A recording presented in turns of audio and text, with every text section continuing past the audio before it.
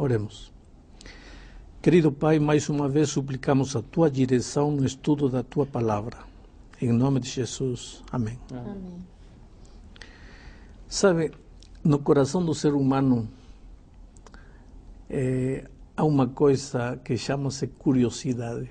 Especialmente quando se trata de datas. Queremos saber tudo quando. Vamos falar agora dos sinais da volta de Cristo. O ser humano quer saber quando é que Jesus vai voltar a esta terra. E ele vive até inventando datas.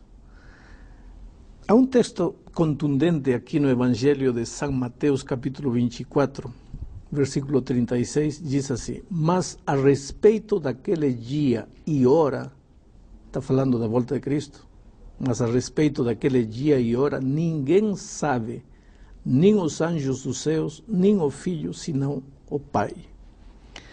Então, se a Bíblia diz que o dia e a hora da volta de Cristo ninguém sabe, pois ninguém sabe. Agora, Jesus não nos deixou às escuras. Ele nos deu sinais da volta de Cristo. Então, a gente pode saber mais ou menos o tempo em que a volta de Cristo vai acontecer, a época, mas não o dia e a hora. Falando destes sinais, vejam o que diz Mateus 24, versículo 3. No Monte das Oliveiras achava-se Jesus assentado, quando se aproximaram dele os discípulos, em particular, e lhe pediram: dize-nos quando sucederão estas coisas e que sinal haverá da tua vinda e da consumação do século. E então aí, a partir de aí, o Senhor Jesus apresenta sinais, e ele menciona que nestes dias, ou antes da volta de Cristo, haveriam guerras, rumores de guerras, terremotos, tsunamis, cataclismos, enfim, fome, miséria, exploração do homem pelo homem, tragédias, pestilências, flagelos, etc, etc, etc. Quando vemos tudo o que está acontecendo em nossa volta, evidentemente todos os sinais da volta de Cristo estão se cumprindo. Agora, neste mesmo capítulo 24, a partir do versículo 32, Jesus diz assim: aprendei, pois, a parábola da figueira.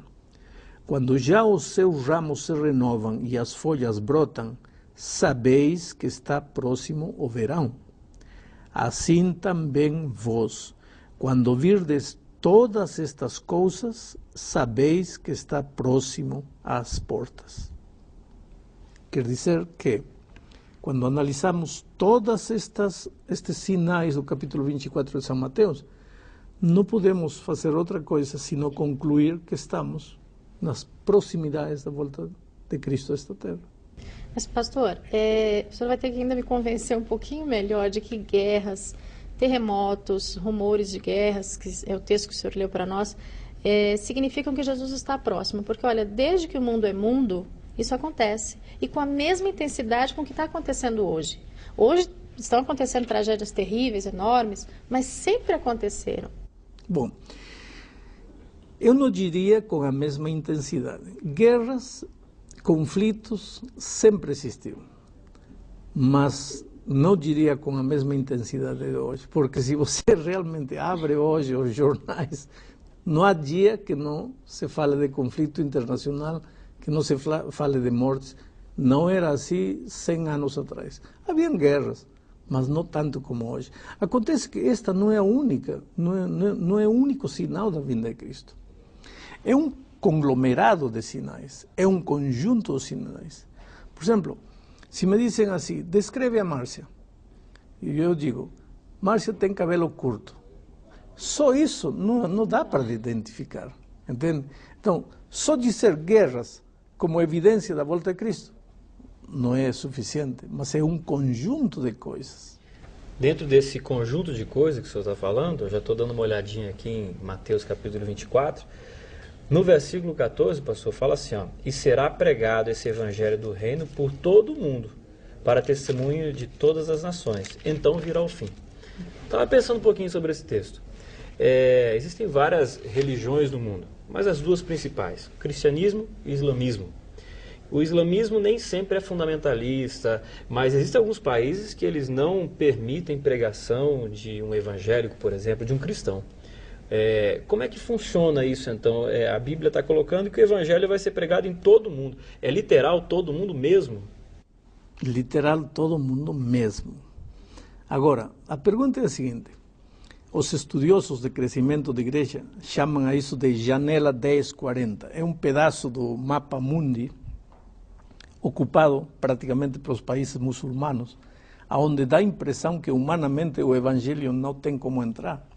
Porque há 4 tipos de países muçulmanos. Países muçulmanos onde se você deixa de ser muçulmano, você morre. Países muçulmanos onde você pode deixar de ser muçulmano, mas se você entrar numa outra igreja, morre. Países muçulmanos onde você pode deixar de ser muçulmano, pode entrar numa outra igreja, mas te criam uma isolação tão grande, te gelam, que você praticamente morre. E países muçulmanos onde, de alguma maneira, o evangelho pode penetrar. Então, como é que o evangelho vai chegar a esses lugares?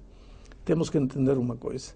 A pregação final do evangelho vai ser um milagre. E milagres não se explicam.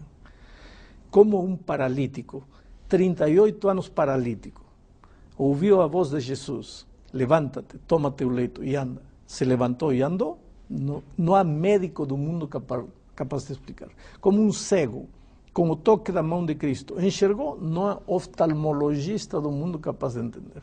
Como um cadáver, já em estado de putrefação, ressuscitou como Lázaro, ninguém pode entender. Como o evangelho vai ser pregado a esse mundo onde hoje, humanamente, não tem como penetrar o evangelho, é um milagre. Mas a pregação do evangelho é um sinal, porque nunca como hoje, olha, eu viajo por tantos países do mundo pregando o evangelho, a facilidade que temos hoje para pregar o evangelho, a televisão, o internet, a página escrita, enfim, se nós olharmos 100 anos para trás, somente 100 anos para trás, os pregadores do evangelho tinham dificuldades que hoje nós não temos. Uma coisa é pregar o evangelho. Uma outra coisa é as pessoas, então, se converterem ao cristianismo. A Bíblia está dizendo é pregar, na verdade, não significa que todos estarão convertidos ao cristianismo. É isso mesmo? Pode ser que sim, pode ser que não. Se o evangelho pregado por eu, que eu sou um ser humano, por mim, que sou um ser humano, faz maravilhas na vida de muitas pessoas, imagina o evangelho pregado pelos anjos, o evangelho pregado pelo próprio Senhor Jesus Cristo. Não sei. Deus ama o mundo, não apenas a 1 milhão, a 5 milhões. Deus ama o ser humano em sua plenitude. Tomara que todos aceitem quando o evangelho seja pregado. Mas o senhor diria, pastor, que a pregação do evangelho em todo mundo, conforme foi lido agora na Bíblia, seria o que está faltando? Porque quando a gente lê Mateus 24, o que falta acontecer disso aqui tudo? Evidentemente você tem razão. Porque, veja, flagelos temos, enfermidades incuráveis temos, falsos cristos aparecem todos os dias, falsos profetas por todo lado, guerras, rumores de guerras todos os dias, miséria humana, exploração do ser humano pelo ser humano, marginalidade, droga, a moral de cabeça para baixo, tudo isso está aí, em realidade. O sinal que está faltando é a pregação final do evangelho ao mundo. Agora, o senhor colocou uma coisa interessante. Essa questão dos falsos profetas, dos falsos cristos, né, que a gente lê aqui em Mateus 24. Tem tanta gente na sua pureza, na sua simplicidade, buscando a verdade, eles podem ser facilmente levados por essas pessoas. Como é que isso vai acontecer? Como é que as pessoas que têm a verdade, de repente, podem apresentá-la para essas pessoas? Veja, aqui em São Mateus, capítulo 7, nós temos uma coisa muito interessante. Capítulo 7. Diz assim: acautelai-vos dos falsos profetas que se vos apresentam disfarçados em ovelhas, mas por dentro são lobos roubadores. A Bíblia é categórica.